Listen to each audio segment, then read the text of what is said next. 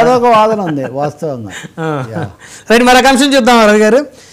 So ఇక నారా లోకేష్ గారికి promotion ఎప్పుడు? మరి ఆల్రెడీ ఆయన ప్రమోషన్లోనే ఉన్నారు, మరి మళ్ళీ ప్రమోషన్ గురించి కూడా చర్చ జరుగుతూ ఉంది. మరి ఆయనకి పార్టీ వర్కింగ్ ప్రెసిడెంట్ ఇస్తారేమన్నటువంటి చర్చ జరుగుతూ ఉంది.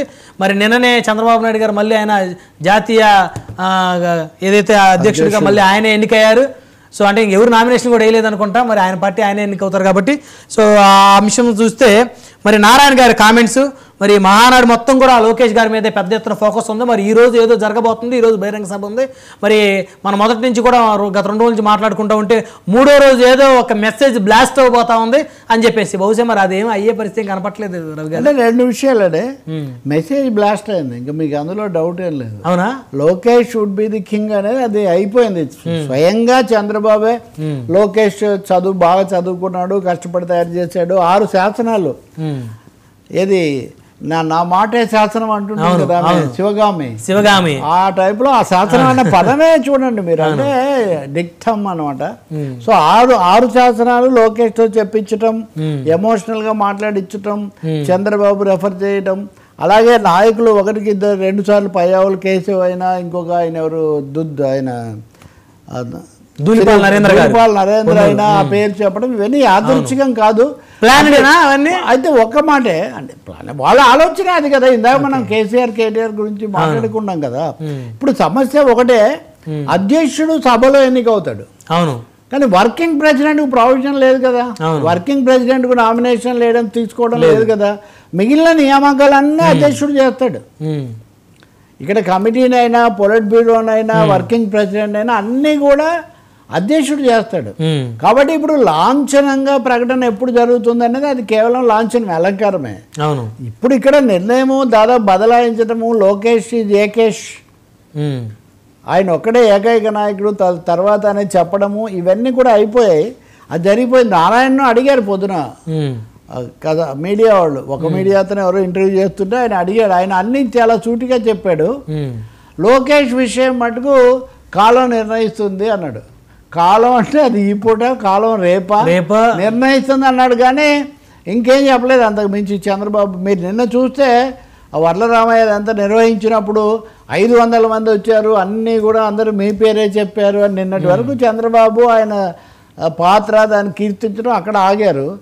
ఎంతవరకు అంటే మన ఛానల్లోనే నేను చూశాను. పాపం గత అధ్యక్షుడిగా ఉన్న చాలా కుడిభుజంగా కాపాడిన అచ్చెన్నాయుడు వచ్చి అభినందిస్తుంటే కూడా అందరూ అచ్చెన్నాయుడు గారు ఆగండి, అందరూ ఆగండి, నేను చెప్పే వరకు ఎవరు అభినందించకండి అని కూడా వర్లరామయ్య చెప్తున్నాడు. సో మీకు ఆర్డర్ ఆఫ్ థింగ్స్ ఎలా మారాయో మీకు కనిపిస్తుంది కదా. అంటే సందడి ఉన్నా కానీ ఒక క్రమ పద్ధతిలో నడవాలి, పాత పద్ధతిలో సాంప్రదాయ పద్ధతి కాదనేది ఎస్టాబ్లిష్ అయిపోయింది. ఉదయం నుంచి మాట్లాడిన వాళ్ళందరూ ఎక్కువ మంది లోకేష్ అనుయాయుల కిందే లెక్క. అందుకని నాయకత్వ మార్పిడి, పరివర్తన, ట్రాన్స్ఫర్మేషన్ అంటే ఈ సభలోనే చెప్తారని కాదు, ఇంకాసేపట్లో సభలో చెప్తారా లేదా చెప్పకపోయే అవకాశం ఎక్కువ ఈరోజు. బట్ ప్రాక్టికల్గా అయిపోయింది, ప్రాక్టికల్గా ఇట్ ఈస్ డన్ అంతే. ఇంకా మిగతా వాళ్ళందరినీ తగ్గించడము, సీనియర్లను పక్కన పెట్టడము, ఇవన్నీ జరిగాయి కదా. సో ఇంకా నందమూరి వారి పగ్గాలు పూర్తిగా నారావారి చేతుల్లోకి వచ్చేసినట్టే సార్ నెక్స్ట్ జనరేషన్ కూడా. అది కూడా అది వైసీపీ వాళ్ళది ఒక దాడి. అంటే నందమూరి వాళ్ళ చేతుల్లోంచి నారా చేతుల్లోకి వచ్చాయి. అవి ఇప్పుడు ఎందుకు సార్ 30 ఏళ్ళ కింద వచ్చాయి కదా. వాళ్ళు అనుకోవడం తప్ప ఆయన నందమూరి వారి మీద అంత ప్రేమ ఎందుకు వైసీపీ వారికి? ఎందుకంటే అప్పుడు వాళ్ళు చంద్రబాబుతోనే ఉన్నారు, అప్పుడు వాళ్ళు నాదెండ్ల భాస్కర్ రావుతోనే ఉన్నారు. వాళ్ళు ఎప్పుడు ఎన్టీఆర్తో లేరు. ఆ తిరుగుబాట్లు జరిగినప్పుడు వాళ్ళు తిరుగుబాటునే ప్రోత్సహించారు. నిజంగా పివి నరసింహారావు ప్రధానమంత్రి అప్పుడు, ఆయన తలుచుకుంటే చంద్రబాబు ఎన్టీఆర్ పార్టీ నిలబడి అదేం చేయలేదు కదా వాళ్ళు. లేకపోతే అస్థిరత్వం వచ్చిందని ఏదైతే చేసేవాళ్ళు కాంగ్రెస్ వాళ్ళు.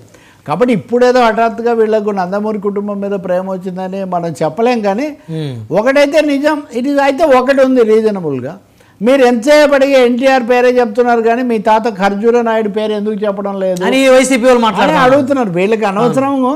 కానీ నిజంగా అది కూడా గుర్తుపెట్టుకోవాలి. ఎందుకంటే మనము ఒక వ్యక్తి ప్రముఖుడైనా ఇంకొకరు కాకపోయినా ఒక సోషల్ బ్యాక్గ్రౌండ్, ఒక ఫ్యామిలీ బ్యాక్గ్రౌండ్, తల్లి మన తండ్రి పేరు చెప్పుకోవడం అప్పుడు అది చేస్తూ ఉండాలి. ఏది బాగా ఉంటే అదే.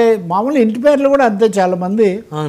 ఇప్పుడు వాళ్ళు ఉదాహరణకు అత్తగారి ఇంటికి వచ్చాక ఇంటి పేరు మార్చుకుంటారా లేదా అనేది, పుట్టింటి పేరు గొప్పదైతే అదే ఉంచుకుంటారు.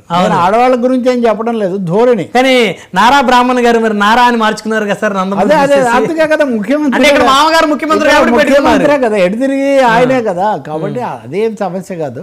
ఎవరు పాపులర్ అయితే ఇప్పుడు ఆ పేరు అలా చేస్తుంటారు. ఇప్పుడు మామూలుగా అత్తగారింటికి రాగానే తీసుకోవాలని ఏం లేదు. అవును, కోర్టులు కూడా వాళ్ళకి నచ్చిన ఇంటి పేరు పెట్టుకోవచ్చు. షర్మిల, కల్వకుంట్ల కవిత, వీళ్ళందరూ అంతే కదా. ఓకే, అందులో తప్పునే నేను చెప్పలేము. ఏది అబ్బాయి ఒకటే తండ్రి పేరు, అవును, వీళ్ళు అలా పెట్టుకోకూడదని ఏం లేదు. కానీ చిన్న రాజకీయం, చిన్న ట్విస్ట్ మాత్రం ఉంది. నిజంగా ఎన్టీఆర్ అని పేరున్న వాళ్ళు ఎవరు ఇక్కడ? 2-3 ఇక్కడ లేరు కదా. అవును, అంటే ఏంటి, చంద్రబాబు ఫ్యామిలీ అదే అలా పెరుగుతుంది. ఇక మీద అది దాదాపుగా పార్టీ కూడా అయిపోయింది. నారాద్వయం అన్నా, అందుకే నారాద్వయంలో చేతిలో చరిత్రలో కూడా నారా వారే ఉంటారేమో. అంటే పనిచేసింది కూడా వాళ్ళే కదా, 30 ఏళ్ళు పనిచేసింది, పార్టీని నిలబెట్టింది, డకా ముక్కిలు తింది, వనరులు సమకూర్చింది, మంతనాలు జరిపింది. తప్పులు ఒప్పులు మీకు నచ్చవచ్చు నచ్చకపోవచ్చు, కానీ ఈ పనులన్నీ చేసింది వాళ్ళే కదా. అవును, కాదే బాలయ్య బాబు గారు ఉండి గ్లామర్ టచ్ ఇస్తూ వచ్చాడు. మరి ఈ రోజు ఆయన ఏమన్నా ఇస్తారా సార్ బహిరంగ సభలో? నిజమే, మరి నిన్న మొన్న లేరు, ఏదో షూటింగ్లో ఉన్నారా, ఎందుకు లేరు తెలియదు.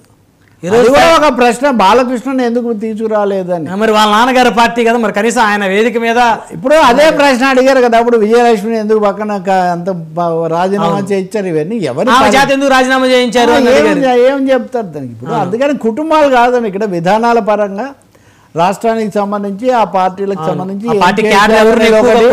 ఒకటే నిజంగా విశాఖ ఉక్కు గురించి, పోలవరం, అమరావతి వీటి గురించి కేంద్రం నుంచి మనకి ఇంకా ఎక్కువ రావాలని చెప్పుకుంటే చాలా బాగుండేది. అదైతే జరగలేదు. ఎంతసేపు పొగడ్డం తప్పితే వాళ్ళని వీళ్ళు ఇద్దరు కలిసి అప్పుడప్పుడు మధ్యలో 2 సార్లు మోడీని పొగడ్డం తప్పితే పోనీలండి, గతంలో లాగా తిట్టుకోవట్లేదు అసెంబ్లీలో, వేరే వాళ్ళని తిడతారు. రైట్, మరొక అంశం చూద్దాం రావు గారు. ట్రంప్ మాస్క్ మధ్య చెడిందా?